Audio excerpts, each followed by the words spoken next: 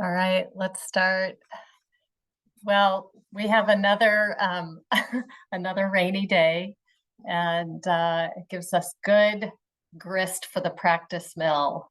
Um, Wanting things to be other than the way they are. Uh, I certainly am feeling that. At least I'm feeling that this morning. But it is what it is, right? This is what we've got. Um, so I just want to formally welcome everyone. And for those of you that might be joining for the first time, a special welcome to you. This gathering is brought to you by Harvard Pilgrim Healthcare and Tufts Health Plan and our parent company, Point 32 Health. And every Tuesday, Wednesday, and Thursday morning, we have these gatherings from 8:30 to 9. And everyone and anyone is welcome. They're about a 12 to 14 minute guided practice with time for Q&A at the end. And in the beginning, we just usually do just a quick check-in. And so my question, we start with a question. And for those of you who have been with us for the past 4 years, you know that. You don't have to answer. But I was this morning, as I was thinking about the question, thinking about spring, which although it doesn't quite feel like it's here, spring, I feel like it brings so many treasures. And it feels like kind of remarkable to me how much is happening in the earth during the winter. And then as spring arrives, things kind of start to open. So the question is actually really related to the sense experience, which in mindfulness practice is really core, tapping into the sense experience. So my question is, and I'll put this in the chat as well, but what is your favorite sight, scent, or sound of spring? And you can pick one of those, or you could pick all three. So favorite scent, sight, or sound. And I'll put that in there.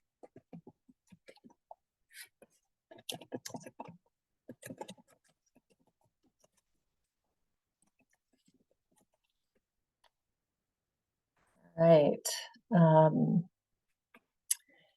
And feel free to start to populate that. But as you're doing that, I will share for me. And so your favorite sight, scent, or sound. So my favorite scent is Lily of the Valley. And I think it's actually like a little bit later spring, but it's a teeny little flower that has a beautiful scent and reminds me of my grandmother. And scent and memory are so strongly connected.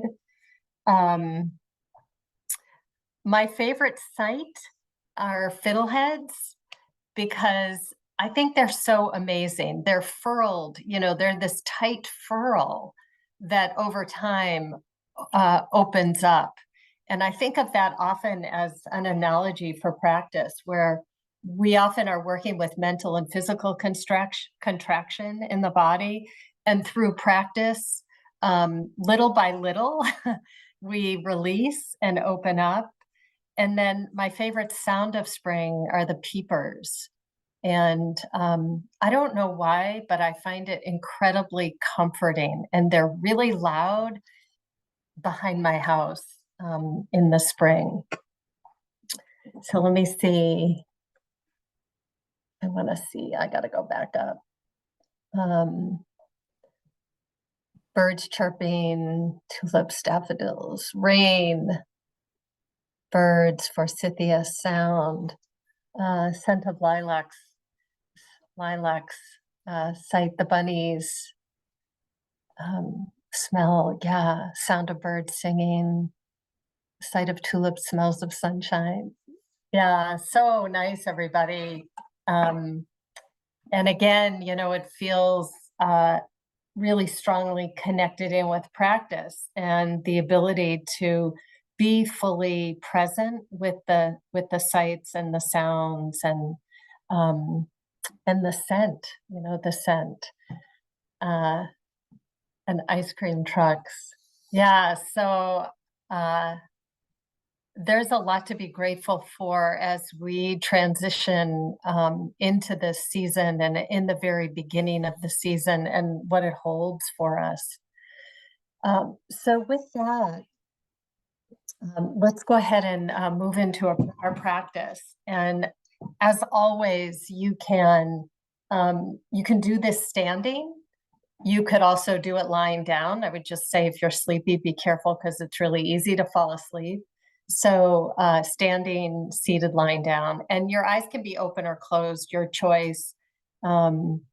If you decide to keep the eyes open, I would just suggest gazing down a little bit to help remove peripheral distraction. But let's go ahead and settle in to the posture that feels like it's going to serve you best. And I typically always begin my practice with 2 deep breaths. So a count to 5 on the way in, a count to 7 on the way out. And on the exhalations, just allow the body to surrender into the support of the ground. And go ahead and do those on your own.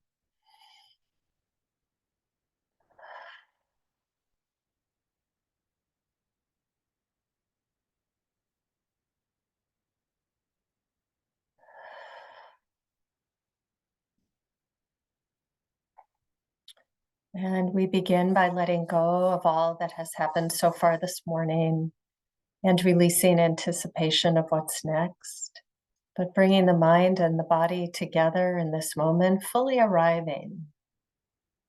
Noticing the sensations that are occurring in your body from the activity of your day. So pulsing, vibration, tingling, kind of like you're a scientist and the subject, receiving whatever is occurring with curiosity, with an allowance, not trying to change anything, actually, even anything that feels unpleasant. To the degree that we can, we're seeing if we can be with whatever is going on, to receive it. So just feeling the sensations in your body, whatever is being offered.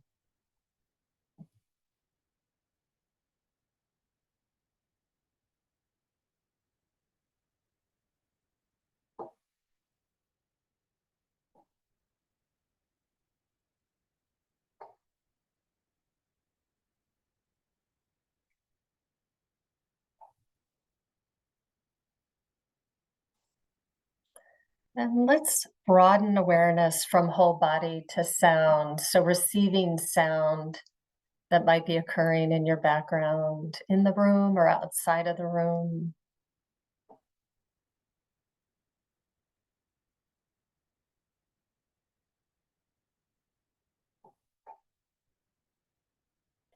Allowing sound to remain as it will, rising and passing, bringing awareness back inward to the body, looking for an anchor to help stabilize the wandering mind.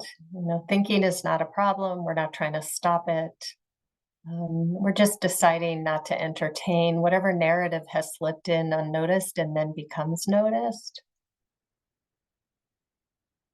So as you breathe, where is the breath most prominent for you? Could be just an overall sense of the movement, but it could be more narrow of the abdomen or the chest or the nostrils, wherever you feel it.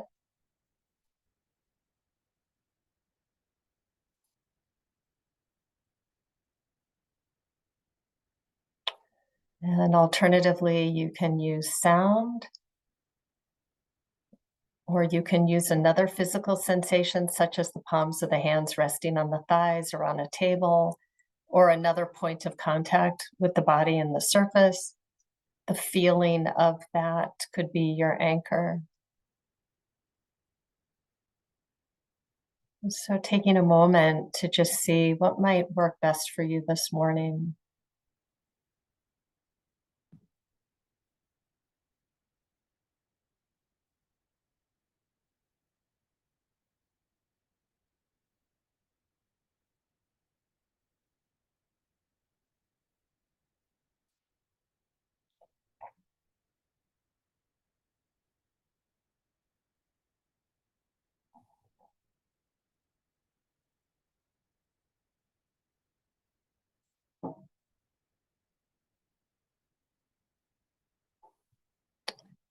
And staying with your whatever anchor you've chosen for the remaining of the practice. And I'll be silent for the next few minutes.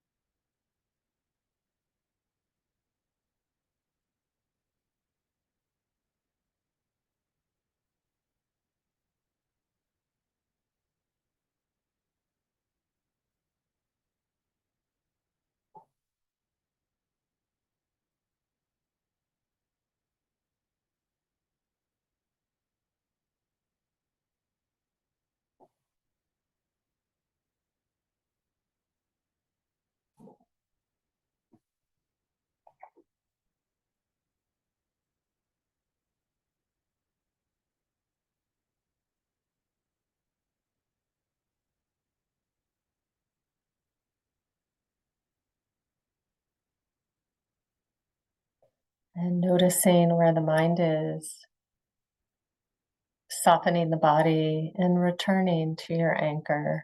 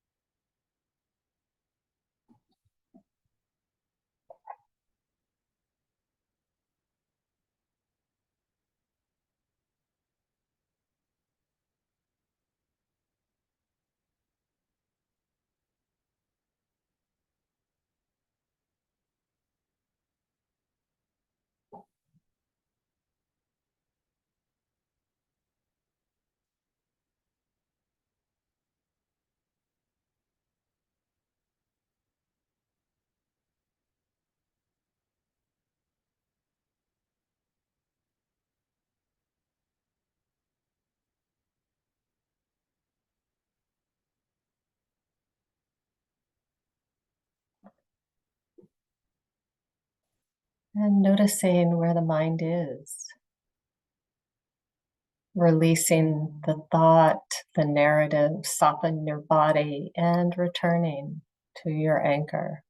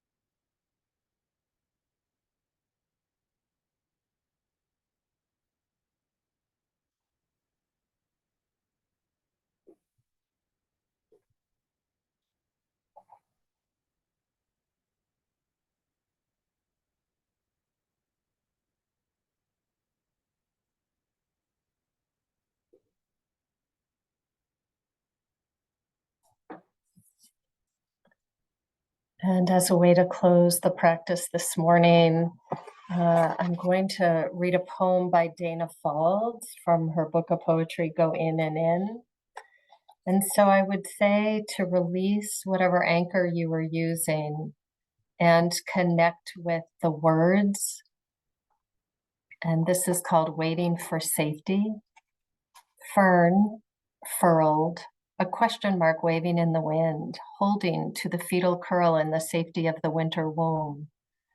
Nothing, not the gentle kiss of sun, nor stream voice calling, can coax that frond to unfurl one single moment before it does.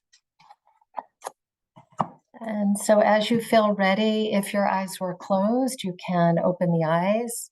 And whether they were open or closed, it's always helpful to just reorient to your space. So usually I do just a little bit of a stretch. And so I have a couple of announcements. I want to share my screen.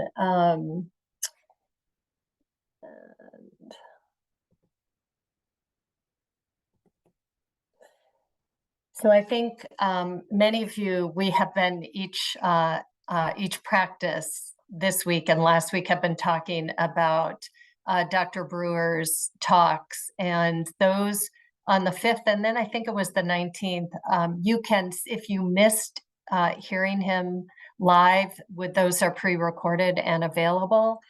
And then the other thing is that Kel Juilliard, who is one of our instructors and is fabulous. In fact, he has been leading some of these practices, so it's quite possible that you know him.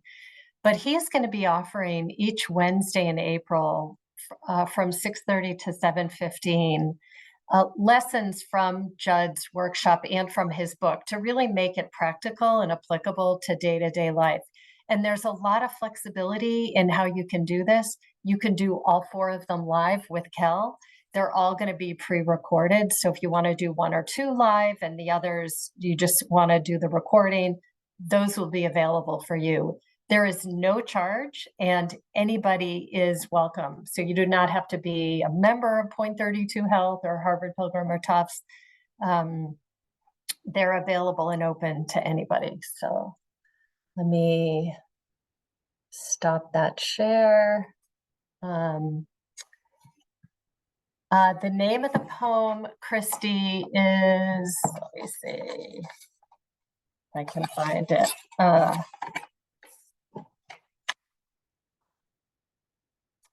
Called Waiting for Safety. Waiting for Safety by Dana Falds, F-A-U-L-D-S. I'll put that in there.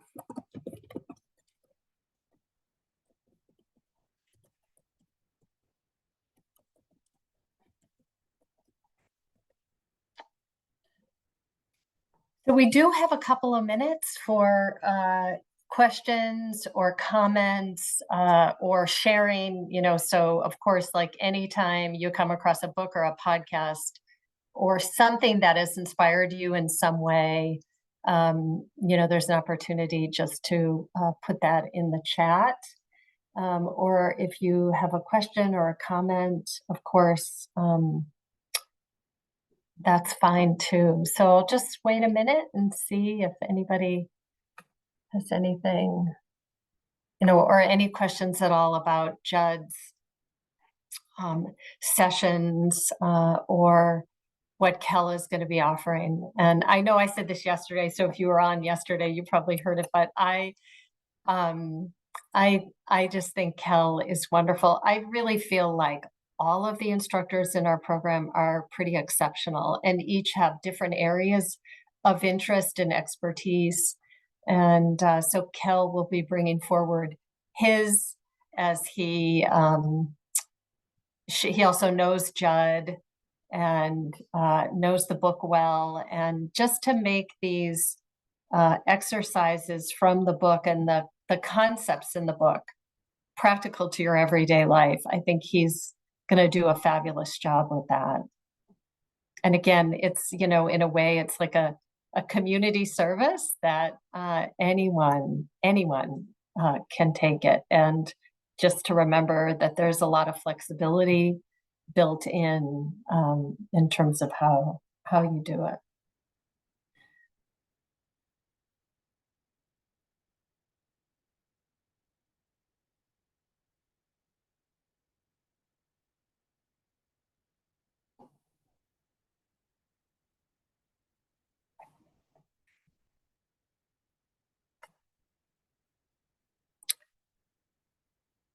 So I just want to wish everybody a really happy weekend. I think we're going to have some sun, and I'm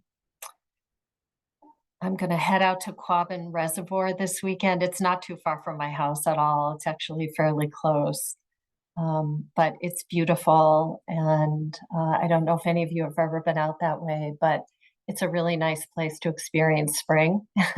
Well, really all the seasons, but I hope whatever you do that you stay safe and enjoy. And we will see you on Tuesday. Okay. Bye, everybody.